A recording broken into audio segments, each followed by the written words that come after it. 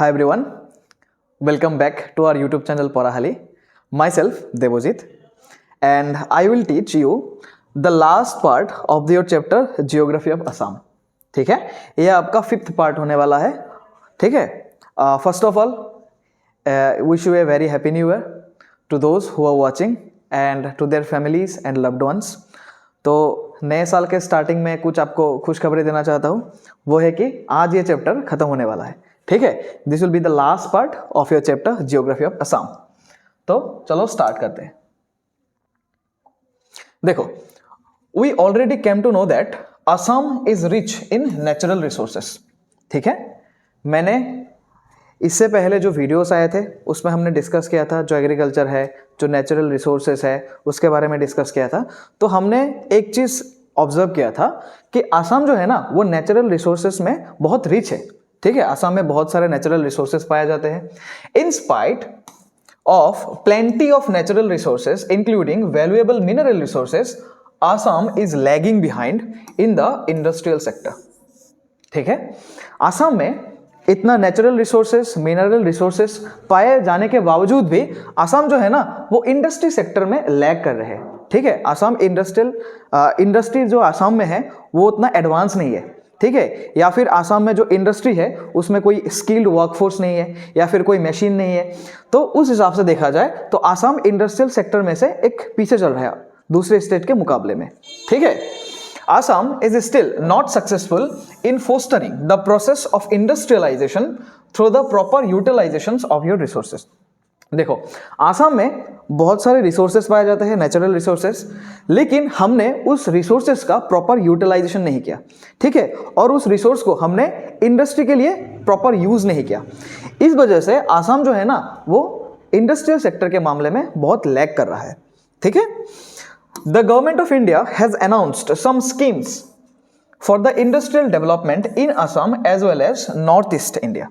देखो, government of India ने कुछ इनिशिएटिव्स लिया था. उस इनिशिएटिव्स के दौरान जो आसाम और नॉर्थ ईस्ट है उसमें से इंडस्ट्री जो है ना उसको डेवलप करने के लिए कुछ स्कीम्स लाए थे. In this regard, the Northeast Industrial Investment Promotion Policy announced in 2007 is noteworthy. देखो, ये एक पॉलिसी का नाम है north east industrial investment promotion policy. 2007 में लाए थे ये. तो इस स्कीम्स के जरिए जो आसाम और नॉर्थ ईस्ट में जो इंडस्ट्री सेक्टर को डेवलप करने की बात गवर्नमेंट ऑफ इंडिया ने सोचा था. ठीक है, and state industrial policy in 2008 and government of Assam ने भी एक पार्टिकुलर आसाम के लिए एक पॉलिसी लाया था इंडस्ट्रीज को डेवलप करने के लिए, जिसका नाम था स्टेट इंडस्ट्रियल पॉलिसी इन 2008. कब लाया था? 2008 लाया था. ठीक है, अब देखो 64 commercial e-state and 50 industrial e-state or areas have been established in different district of Assam under the central and state industrial policies. जो हमने दो पॉलिसीज के बारे में डिस्कस किया. ठीक है, इस पॉलिसी से हमने क्या किया, जो 64 commercial E states and 50 industrial area उसको हमने आइडेंटिफाई किया और उसमें इंडस्ट्री को सेटअप करना स्टार्ट कर दिया. ठीक है, 2 industrial growth centre are established at Balipara of Sonitpur district and Matia of Goalpara district. ठीक है, तो हमने क्या किया, इस पॉलिसीज के लिए जो स्कीम लाए थे, इस स्कीम्स में 2 इंडस्ट्रियल ग्रोथ सेंटर को डेवलप करने की बात हमने की. इंडस्ट्रियल ग्रोथ सेंटर मतलब क्या है, जहां पे इंडस्ट्री के लिए मान लो इंफ्रास्ट्रक्चर चाहिए. ठीक है, उस पर फोकस करना है और उस इंफ्रास्ट्रक्चर के जरिए हम इंडस्ट्री को कैसे डेवलप कर सकते हैं. ठीक है, वो हमने एक सेंटर स्टैब्लिश किया. कहां पे स्टैब्लिश किया? सोनीतपुर डिस्ट्रिक्ट बालीपारा में और ग्वालपारा डिस्ट्रिक्ट के माटिया में. 9 integrated infrastructure development center are set up. ठीक है, देखो नाम पे ही इसका मीनिंग छुपा हुआ है, इंटीग्रेटेड इंफ्रास्ट्रक्चर डेवलपमेंट सेंटर. एक ऐसा सेंटर जहां पे इंफ्रास्ट्रक्चर डेवलपमेंट करने की बात चल रही है. ठीक है, तो हमने ऐसा 9 सेटअप हमने किया, 9 सेंटर सेटअप किया. ठीक है, उसके बाद देखते हैं, ये पिक्चर भी देख सकते हो आप, ये सोनीतपुर डिस्ट्रिक्ट के जो बालीपारा में इंडस्ट्रियल ग्रोथ सेंटर है ये है, और ये जो ग्वालपारा डिस्ट्रिक्ट में है माटिया में ये एक इंडस्ट्रियल ग्रोथ सेंटर है. ठीक है, उसके बाद देखेंगे the industrial park and centres recently set up in Assam.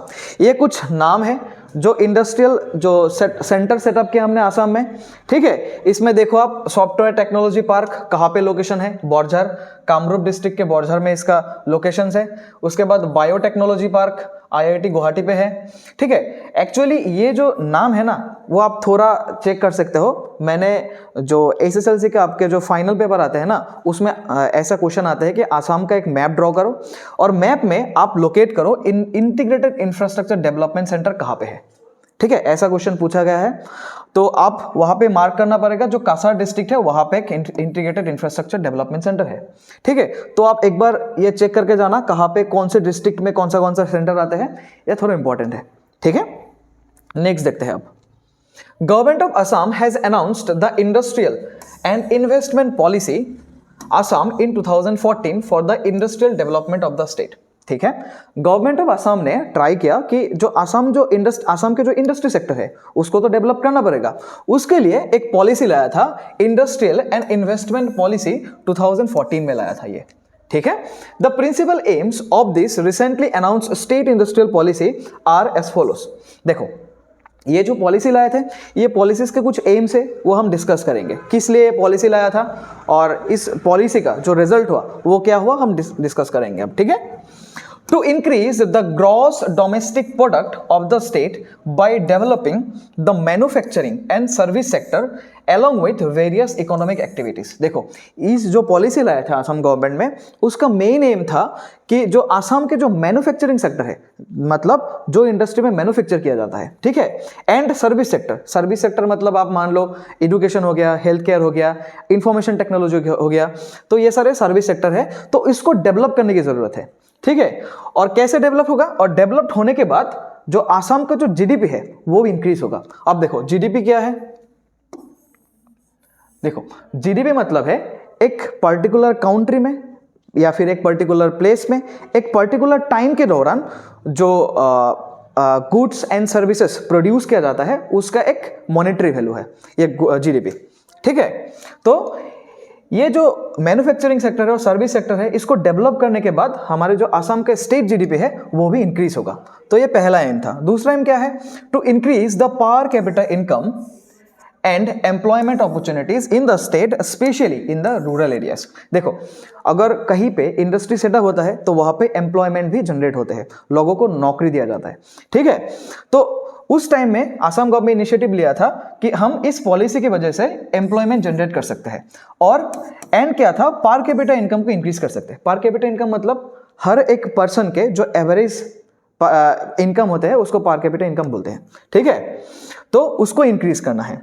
Next देखेंगे, to encourage an increase investment for the development of micro small and medium industries. जो इंडस्ट्रीज माइक्रो मीडियम और स्मॉल इंडस्ट्रीज है तो उसको डेवलपमेंट करने के लिए हमें जो इन्वेस्टमेंट चाहिए होगा, तो इन्वेस्टमेंट की अमाउंट है उसको इंक्रीज करने के लिए ये पॉलिसी लाया गया था, ठीक है। And to last one, to create large number of skilled personal. देखो इंडस्ट्री में अगर इंडस्ट्री को एक अच्छे तरह से चलाना है तो वर्कर भी स्किल्ड चाहिए, उसको नॉलेज होना चाहिए कि कैसे काम करते हैं इंडस्ट्री, मशीन्स कैसे काम करते हैं।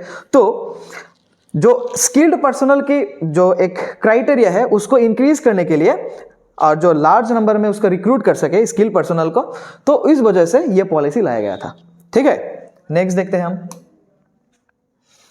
देखो the industries of Assam can be broadly divided into 5 type. जो आसाम में इंडस्ट्रीज पाए जाते हैं उसको हम पर्टिकुलरली 5 टाइप में डिवाइड कर सकते हैं। एक होता है माइनिंग इंडस्ट्री, ठीक है, जो माइनिंग के काम एक्टिविटी करते हैं। उसके बाद है एग्रो बेस्ड इंडस्ट्री, जो एग्रीकल्चरल के जो मटेरियल होते हैं, एग्रीकल्चर में रॉ मटेरियल होते हैं उसको यूज करके जो इंडस्ट्री बनाया जाता है उसको एग्रो बेस्ड बोलते हैं। उसके बाद सर्विस सेक्टर, ये मैंने आपको बोला, जैसे हेल्थ केयर हो गया, एजुकेशन हो गया, उसके बाद IT हो गया, कम्युनिकेशन हो गया, ये सारे के सारे हेल्थ केयर सर्विस सेक्टर में आते हैं। उसके बाद हैंडीक्राफ्ट, ये भी आपने देखा होगा, जो हाथ से बनाए जाते हैं पर्टिकुलरली, तो हैंडीक्राफ्ट इंडस्ट्री। उसके बाद है पावर इंडस्ट्री, ठीक है, जैसे इलेक्ट्रिसिटी। तो ये 5 टाइप के इंडस्ट्रीज असम में क्लासिफाई किया जाता है। नेक्स्ट देखेंगे major type of industries of Assam. देखो टाइप ऑफ इंडस्ट्रीज पहले हमने डिस्कस किया था, माइनिंग इंडस्ट्रीज, उसमें क्या क्या आएंगे, oil and natural gas industry, coal industry, limestone industry etcetera, ठीक है। ये कुछ एग्जांपल्स है माइनिंग इंडस्ट्री के, जैसे ऑयल और नेचुरल गैस माइनिंग किया जाता है, आपको पता है, कोल भी माइनिंग किया जाता है, तो ये कुछ एग्जांपल्स है। उसके बाद हैंडीक्राफ्ट, जैसे हैंडलूम हो गया, टेक्सटाइल हो गया, बैम्बू कैन हो गया, brass and bell metal industry, pottery industry, ठीक है, ये कुछ हैंडीक्राफ्ट इंडस्ट्रीज के एग्जाम्पल है। उसके बाद देखेंगे एग्रो बेस्ड, जो एग्रीकल्चर के ऊपर बेस्ड करके इंडस्ट्री बना है, जैसे फॉरेस्ट्री हो गया, टी इंडस्ट्री हो गया, सिल्क इंडस्ट्री हो गया, रबर हो गया, फूड प्रोसेसिंग इंडस्ट्री हो गया, paper industry, allied industries, fishery, animal husbandry, तो ये सारे के सारे जो टाइप है ना वो एग्रो बेस्ड इंडस्ट्री के अंडर आते हैं। उसके बाद देखेंगे पावर इंडस्ट्री, जैसे hydro power, oil coal gas based energy industry, जो एनर्जी रिलेटेड इंडस्ट्रीज है तो सारे के सारे पावर इंडस्ट्रीज के अंडर आते हैं। उसके बाद देखेंगे सर्विस सेक्टर, देखो यहाँ पे लिखा हुआ है, जैसे ट्रांसपोर्ट एंड कम्युनिकेशन, ट्रेड हो गया, टूरिज्म इंडस्ट्री हो गया, बिजनेस हो गया, बैंकिंग हो गया, इंश्योरेंस हो गया, तो all type of businesses, public administration, ये सारे के सारे सर्विस सेक्टर के अंडर आते हैं। ठीक है, ये कुछ जो इंडस्ट्रीज के टाइप थे हमारे आसाम में और उस इंडस्ट्रीज के कुछ एग्जांपल्स है। ठीक है, आप एक दो याद रख सकते हैं, कभी भी पूछ लेता है एग्जाम में। उसके बाद देखेंगे एग्रो बेस्ड इंडस्ट्री। ठीक है, एग्रो बेस्ड इंडस्ट्री में मैंने आपको पहले ही बोला था, जो एग्रीकल्चरल के जो रॉ मटेरियल है उसको यूज करके, ठीक है, जो इंडस्ट्रीज बनाया जाता है उसको हम एग्रो बेस्ड इंडस्ट्री बोलते हैं। The major agro based industries of the state are forestry, tea industry, silk industry, rubber industry, food processing industry, paper industry. ठीक है, देखो आप एग्जांपल में भी देख सकते हो, जो टी इंडस्ट्री है वो हम क्या करते हैं, जो फॉरेस्ट में टी प्लांटेशन है उसमें टी जो लीव्स होते हैं उसको प्लग करते हैं, उसको उसके बाद इंडस्ट्री में प्रोसेस करते हैं और उसके बाद हम बाजार में बेचने जाते हैं, तो ये क्या हुआ, एग्रो बेस्ड इंडस्ट्री हुआ। ठीक है, उसके बाद फूड प्रोसेसिंग इंडस्ट्री में आते हैं। Food processing industry is a major type of agro based industry. The forest of Assam are full of various forest resources and the industries like paper, plywood, etc. have already grown up based on these forest resources. देखो ज़्यादातर ये जो चीज़ है ना, paper, plywood, ये हम सब forest से कलेक्ट करते हैं और फॉरेस्ट से कलेक्ट करने के बाद इसको इंडस्ट्री में प्रोसेस करते हैं, उसके बाद हम सेल करते हैं। तो जितने भी चीज़ है ना सारे के सारे एग्रो बेस्ड इंडस्ट्री के अंडर आते हैं। ठीक है, आप यहाँ पे देख भी सकते हो, ये जो रबर इंडस्ट्रीज है, ट्रीज है, ठीक है, और कुछ एग्जाम्पल सिल्क है, तो आप देख सकते हो ये। उसके बाद देखेंगे सिल्क इंडस्ट्री। सिल्क आपने नाम सुना ही होगा, ये जो देखो। ठीक है, silk industry is one of the major agro based industries of the state. ये भी एक एग्रो बेस्ड इंडस्ट्री सी है। Traditionally 3 kind of silk are produced in Assam, Eri, Muga and mulberry yarn या फिर पाट। ठीक है, 3 टाइप के सिल्क को हम कल्टीवेट करते हैं आसाम में। क्या है, एरी, मुगा एंड पाट। आपने सुना ही होगा कहीं पे नाम, मतलब एरी मुगा का जो कपड़ा होता है वो अच्छा होता है। ठीक है, तो ये यहां से ही आते हैं, सिल्क इंडस्ट्री से। Assam is one of the major airy producing states, accounting for about 65% producing of the country. जो आसाम है ना, जो एरी सिल्क का हम प्रोडक्शन करते हैं पूरे इंडिया में 65% आसाम में होता है। ठीक है, Assam has become world famous in the production of muga yarn, commonly known as the golden silk. जो मुगा है, जो मुगा सिल्क है, उसको कॉमनली हम क्या बोलते हैं, गोल्डन सिल्क भी बोलते हैं। और ये इसकी वजह से आसाम पूरे वर्ल्ड में फेमस है। ठीक है, more than 97% muga yarn of India is produced in Assam. देखो इंडिया में जितने भी मुगा सिल्क या फिर मुगा यार्न प्रोड्यूस किया जाता है उसमें से 97% आसाम में ही प्रोडक्शन होता है। ठीक है, नेक्स्ट देखेंगे आप fishery. The extent of agricultural activities is vast and the fishery and the animal husbandry may also be included with in it. देखो आप लोग सुन के ये थोड़ा स्ट्रेंज भी लगेगा कि जो फिशरीज है और एनिमल हस्बेंड्री है, मतलब जो फिश को हम प्रोडक्शन करते हैं ना, उसको फिश को सीड्स दे के उसको बड़े करते हैं, उसके बाद बाजार में बेचते हैं, तो ये फिश और एनिमल हस्बेंड्री ये भी एग्रो बेस्ड इंडस्ट्री है। ठीक है, Assam is a state full of rivers and tributaries. It is observed that production of fish seeds increased by 2.5 times and the fish production increased only by 1.5 times during the last 10 years. देखो आसाम में जो fishery है ना वो थोड़ा developed stage में है। क्यों?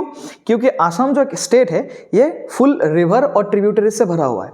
ठीक है, तो यहाँ पे जो फिशरी इंडस्ट्री है वो डेवलप कर रहा है। यहाँ पे देख सकते हो जो फिश सीड्स है, फिश सीड्स मतलब क्या है, जो फर्टिलाइज्ड एग होता है ना फिश के, उसको फिश सीड बोला जाता है। ठीक है, वो प्रोडक्शन इंक्रीज हुआ कितना, 2.5 टाइम इंक्रीज हुआ।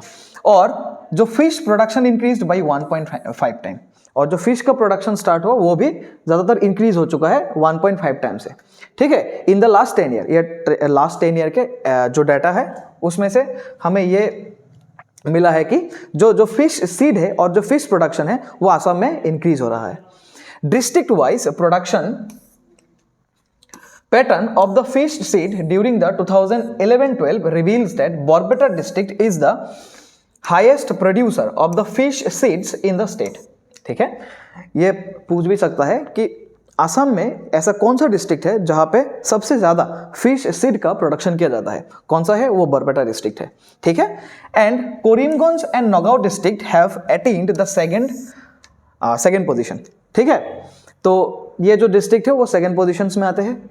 ठीक है, similarly Nagaon district ranks first in the fish production, और जो फिश प्रोडक्शन में है उसमें से सबसे पहला जो डिस्ट्रिक्ट नाम आता है किसका आता है, नगांव डिस्ट्रिक्ट का आता है।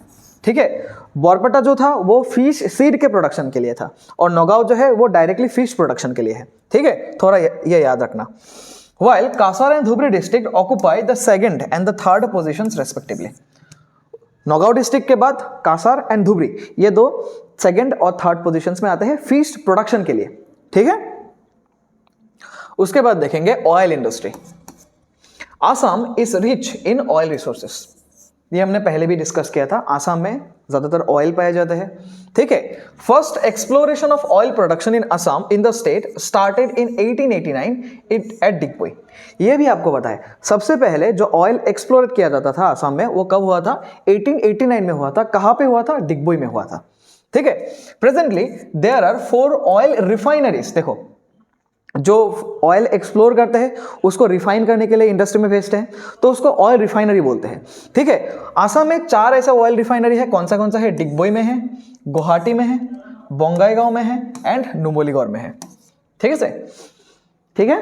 तो last Digboi refinery is the oldest of the country. पूरे इंडिया में सबसे ओल्डेस्ट ऑयल रिफाइनरी कौन सा है, डिगबोई ऑयल रिफाइनरी, ये याद रखना। ठीक है, उसके बाद देखेंगे The economy of Assam is mainly dependent on agriculture. The reason is that there are some problems of the agriculture of the state.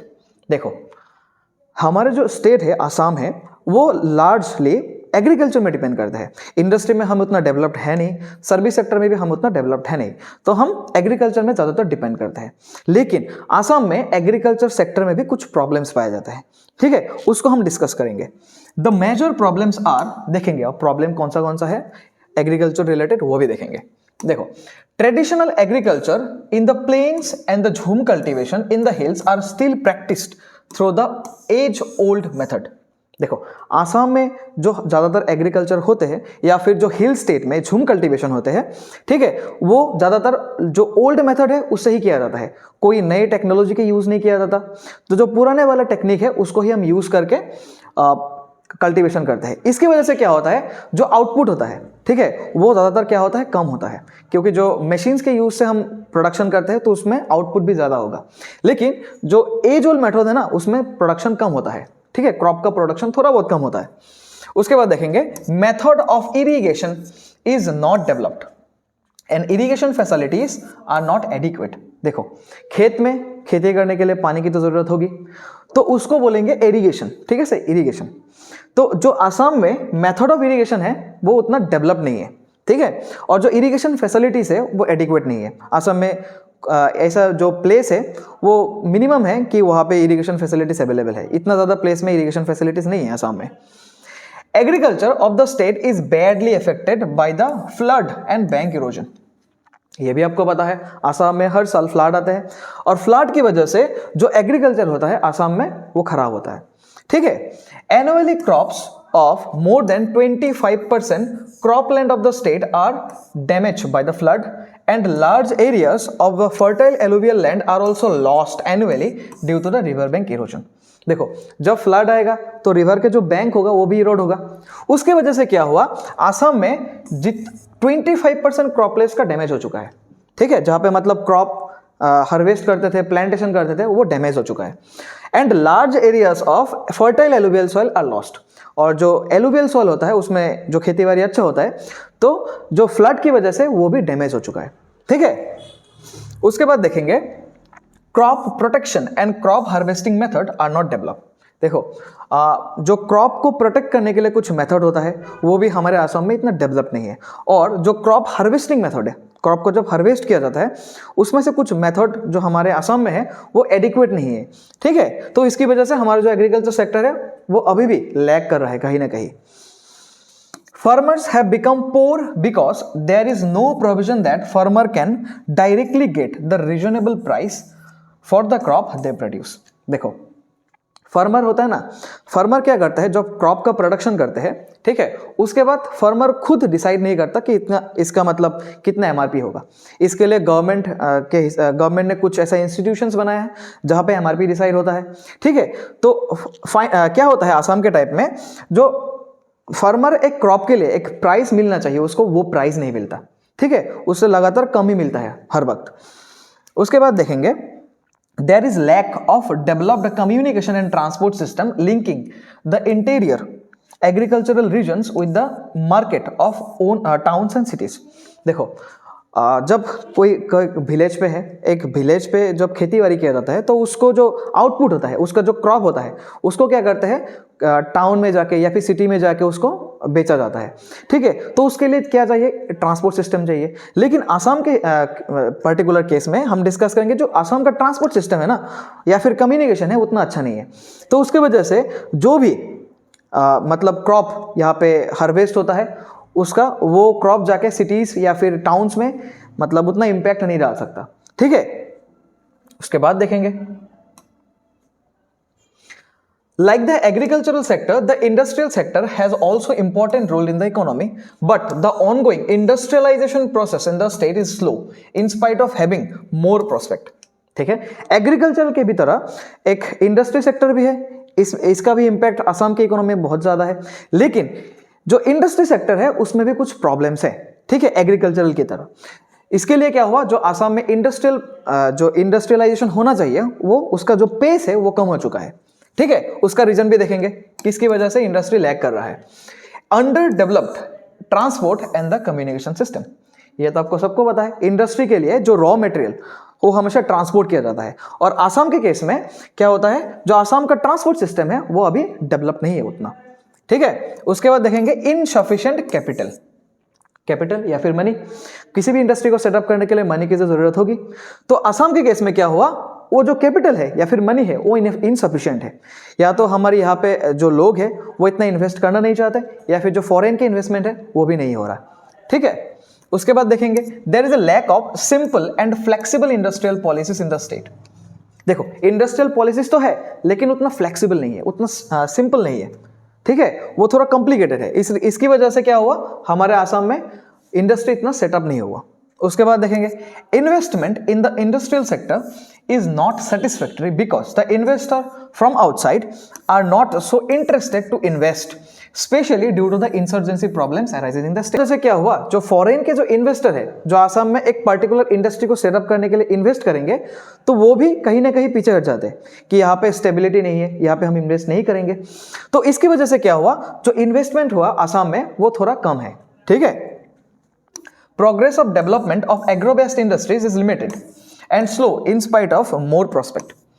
जो एग्रो बेस्ड इंडस्ट्री है, यानी कि जो एग्रीकल्चरल को प्रोडक्ट को as a raw material use करके industries बनाया जाता है, तो उसका भी जो प्रोग्रेस है, जो डेवलपमेंट है वो थोड़ा कम हो चुका है। ठीक है, due to the lack of proper storage for the preservation of perishable agro product, the food processing industry has not developed much. देखो जो एग्रो बेस्ड इंडस्ट्री होता है ना, उसके लिए क्या चाहिए, एग्रीकल्चरल के जो प्रोडक्ट्स है वो चाहिए। देखो एग्रीकल्चरल प्रोडक्ट्स क्या होता है, वो पेरिशेबल होता है, कुछ दिनों के बाद वो खराब हो जाता है, तो उसको स्टोरेज करने के लिए कुछ फैसिलिटीज चाहिए हमको, लेकिन वो फैसिलिटीज हमारे यहाँ पे आसाम में इतना अवेलेबल नहीं है।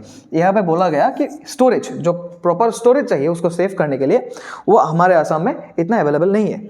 ठीक है, नेक्स्ट देखेंगे The natural resources should not be unwisely utilized only in the name of economic development. emphasis should be given to the use of natural resources with proper planning from sustainable development perspective। देखो natural resources तो पाया जाता है कि लेकिन natural resources का हमेशा अच्छी तरह से यूज होना चाहिए, ठीक है। ऐसा नहीं कि आज नेचुरल रिसोर्सेज जितना पाया जाता है उसको हम खत्म कर देंगे, ये नहीं होना चाहिए। यहाँ पे लिखा हुआ है एक सस्टेनेबल डेवलपमेंट एक वर्ड है, इसका मतलब क्या है, जो नेचुरल रिसोर्सेज पाया जाता है उसको हम नेक्स्ट जनरेशन के लिए भी सेव करना पड़ेगा, नहीं तो नेक्स्ट जनरेशन नेचुरल रिसोर्सेज को यूज नहीं कर पाएंगे, ठीक है। Above all there should be good coordination among the economic sector like agriculture industry. इसकी वजह से क्या हुआ, जो एग्रीकल्चर सेक्टर है और जो इंडस्ट्री सेक्टर है दोनों में कोऑर्डिनेशन अच्छा होना चाहिए, ठीक है। Power, transport sector, service sector etcetera for the overall development of the state. इसकी वजह से देखो असम में तो एग्रीकल्चर होता है लेकिन असम में एग्रीकल्चरल उतना आउटपुट नहीं दे सकता, इंडस्ट्री भी लैग कर रहा है और सर्विस सेक्टर भी लैग कर रहा है। इसकी वजह से ये जो 3-4 सेक्टर है ना, इसके अंदर एक गुड कोऑर्डिनेशन होना चाहिए, उसके बाद ही हम असम को डेवलप करने के बारे में सोच सकते हैं। लेकिन ये अगर गुड कोऑर्डिनेशन नहीं हुआ इन दिस सेक्टर के बीच में तो हमारा स्टेट इतना प्रोग्रेस नहीं करेगा, ठीक है। तो यही तक लास्ट था। आई थिंक ये जो चैप्टर है आपका ये खत्म हो चुका है। कुछ डाउट्स हो तो आप पूछ सकते हैं। टेलीग्राम ग्रुप में हमारा ये पीपीटी या फिर रिप्रेजेंटेशन डाल दूंगा मैं, ठीक है। और ठीक है, आज के लिए इतना ही। Thank you.